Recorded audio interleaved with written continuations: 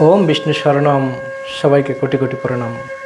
রাজেন্দ্র পাগলের পাগল হওয়ার কাহিনী বলা হয়নি, তাই সেই পাগল হওয়ার কাহিনী আজকে বলছি যে রাজেন্দ্র পাগল পাগল হয়েছিল কেন।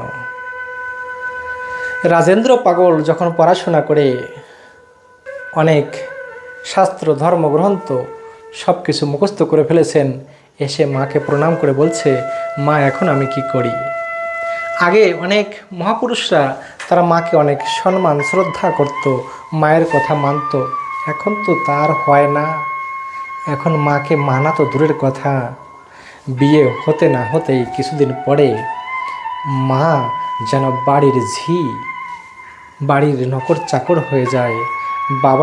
বাবাও সেই একই রূপ হয়ে যায়, চেনে না বাবাকে মাকে, কথা বলার সময় নেই।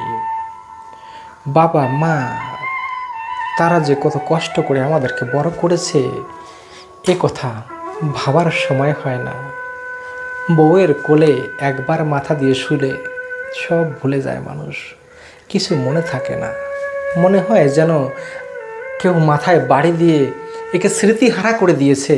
আমরা টিভিতে অনেক সময় দেখি না, মাথায় চোট পেলে, মাথায় আঘাত পেলে পিছনের কথা সব ভুলে যায়। ঠিক ঠিক যেন তেমন মনে হয় যখন বউয়ের কোলে শোয়ার পরে যেন সব ভুলে যায়, মা বাবা আত্মীয় স্বজন। তখন শুধু দুই নয়নে ধুধু ধুধু আর দেখা যায়, শুধু বউ আর বউ। কিন্তু রাজেন্দ্র পাগল আর যারা মহা মুনি ঋষি যারা ছিলেন তারা তো তেমন ছিলেন না। তারা এসে পাণ্ডিত্য লাভ করে মায়ের চরণে এসে বলছে, মা আমি এখন কি করি, আমি এখন কি করব। মায়ের আদর্শ শিরধার্য করত। মা বলছেন, বাবা তুমি তুমি গুরুচাঁদ ঠাকুরের কাছে যাও। বলছে, না মা না, গুরুচাঁদ ঠাকুরের কাছে যাব না আমি। কেন?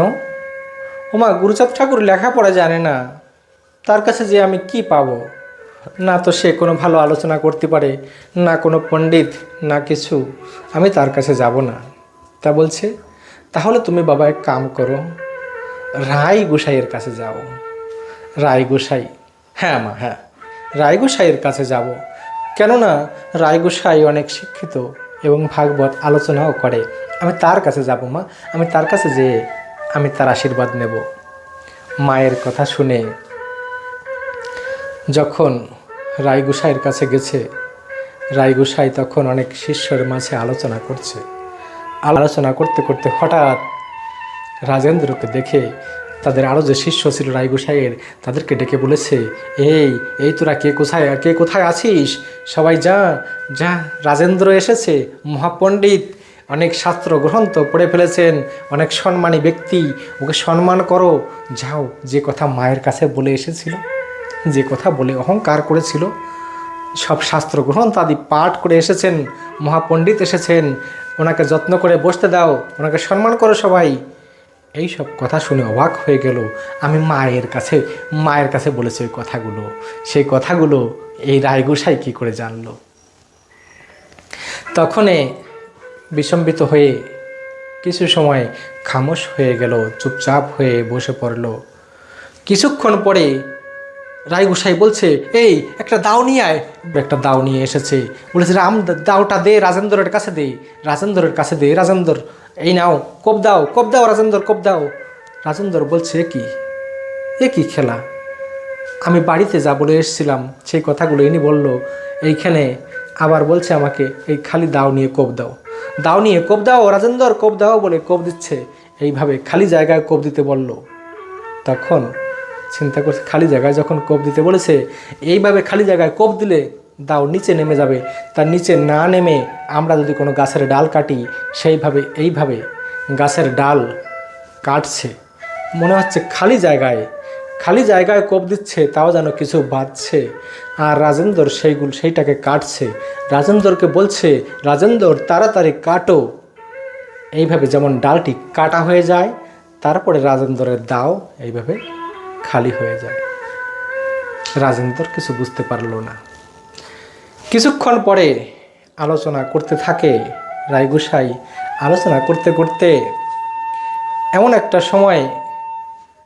অনেকটা সময় পরে, কমসে কম আধা ঘন্টা আলোচনার পরে দেখে 4-5 জন মানুষ একটা মহিলাকে নিয়ে এসেছে, এনে রায়গোসাইয়ের পায়ের কাছে এনে রেখেছে।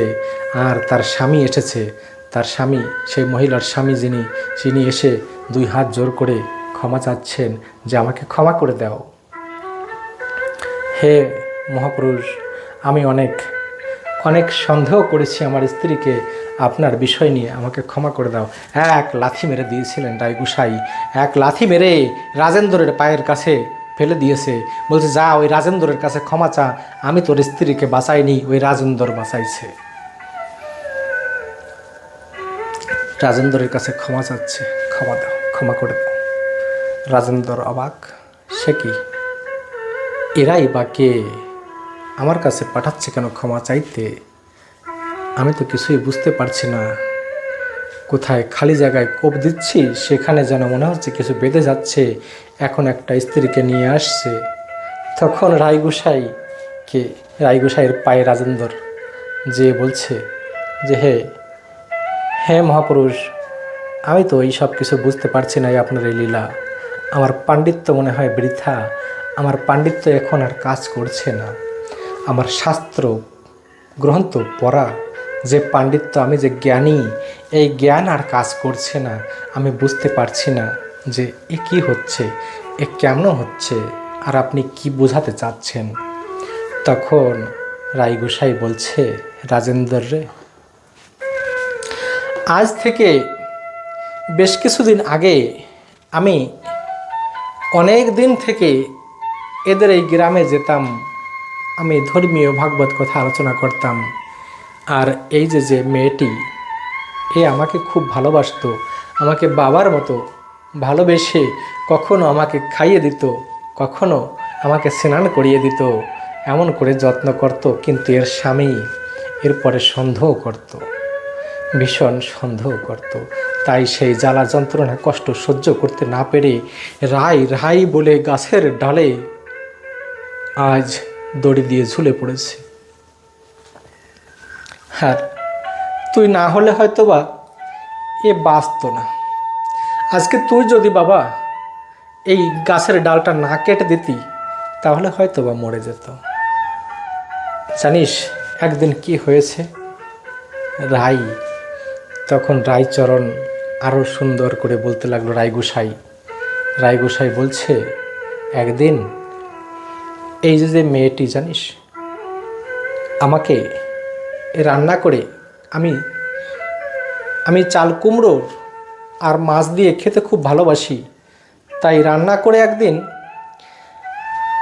আমার কথা মনে মনে ভেবে এ এক বাটি যে বাটিতে করে চাল কুমড়ো আর মাছ রেখে চিন্তা করেছে, আমি এটা খাটের নিচে মাচার নিচে রেখে দেব ঢেকে, যদি সকালে রান্না করেছি বিকেল পর্যন্ত আসে, রায়গোসাইয়ের প্রসাদ করে দেব।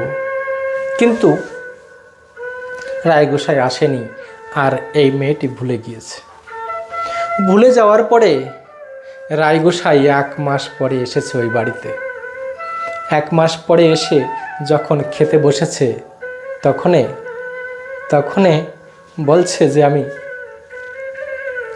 আমি খাবো না, আমি তো চাল কুমড়ো আর মাছ দিয়ে খেতে ভালোবাসি, তাই খাবো। তখন বলছে, না আমি তো আজকে রান্না করিনি বাবা। বলছে, না আমি ওই ছাড়া খাবো না, তুই যে রান্না করে রেখেছিস খাটের নিচে মাচার নিচে, ওইটা নিয়ে আয়, আমি খাবো, আমি তো ওই খাওয়ার জন্য এসেছি। অবাক হয়ে গেছেন মেয়ে, সে কি, আমি তো 1 মাস আগে রেখেছিলাম, তা কি এখনো আছে ভালো?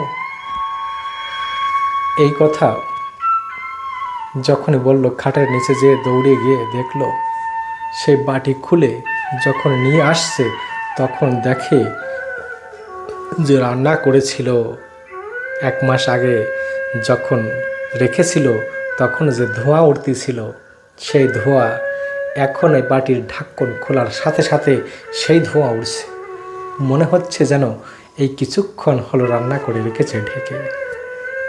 রায়গোসাই বলছেন, আমি সেই চাল কুমড়ো দিয়ে খেয়ে এসেছি, জানিস এ কী করে সম্ভব হয়?